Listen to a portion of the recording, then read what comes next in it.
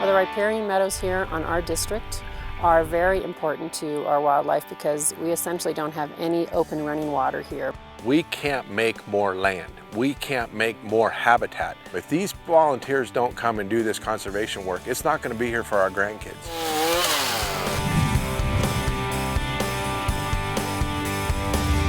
Today we're in the Coconino National Forest in central Arizona, just north of Payson. We're here to chronicle the efforts of the Arizona Elk Society and its volunteers working to improve an unusual but very important habitat type called the riparian meadow. Now 130 volunteers are here. They'll be split into groups working on 3 separate projects, all designed to help the meadows and the rest of the habitat that's important not just to elk, but all the wildlife in this area.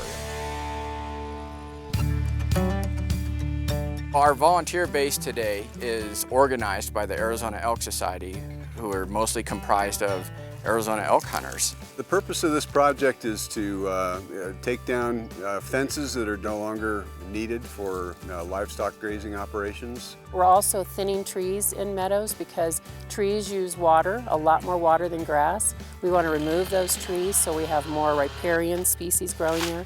We're trying to open those meadows back up so that the water from the rains and stuff flow into the channels and rehydrate the ground here. One of the key elements of this project is addressing the erosion along the shorelines of these riparian meadows. Once that happens, the meadows could no longer retain the water so important to all the wildlife in the Buck Springs area. I am in front of a head cut, and a head cut is an area of active erosion.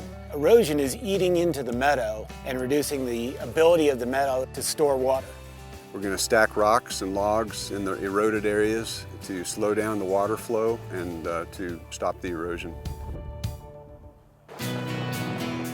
Without the volunteers that help us on these projects, and there's many groups and many volunteers that come out, we couldn't do this work. There's no way.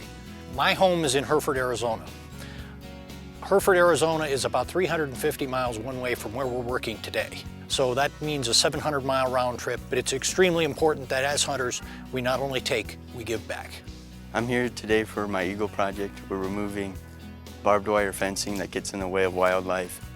3 years ago, we were out here with hand saws cutting these trees down. 2 years ago, we went and got certified through the Forest Service. You can see this area back in here that we've done over the last 2 years, and we're able to get a lot of work done. That's what sportsmen do, is they give back. Get a hold of some conservation organizations in your area and just see what you can do to benefit wildlife. Well, a lot was accomplished here today. This was a cooperative effort between the Arizona Elk Society, the U.S. Forest Service, and the Arizona Game and Fish Department. But of course, it wouldn't have worked without those dozens of volunteers who are real heroes for a day.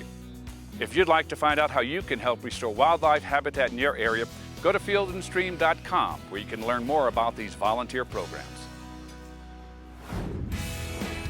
Coming up on the next Hero for a Day, we're off to Huntington Beach, California to chronicle a family-friendly volunteer effort at the Bolsa Chica Ecological Preserve, the largest wetland preserve between San Diego and Sacramento.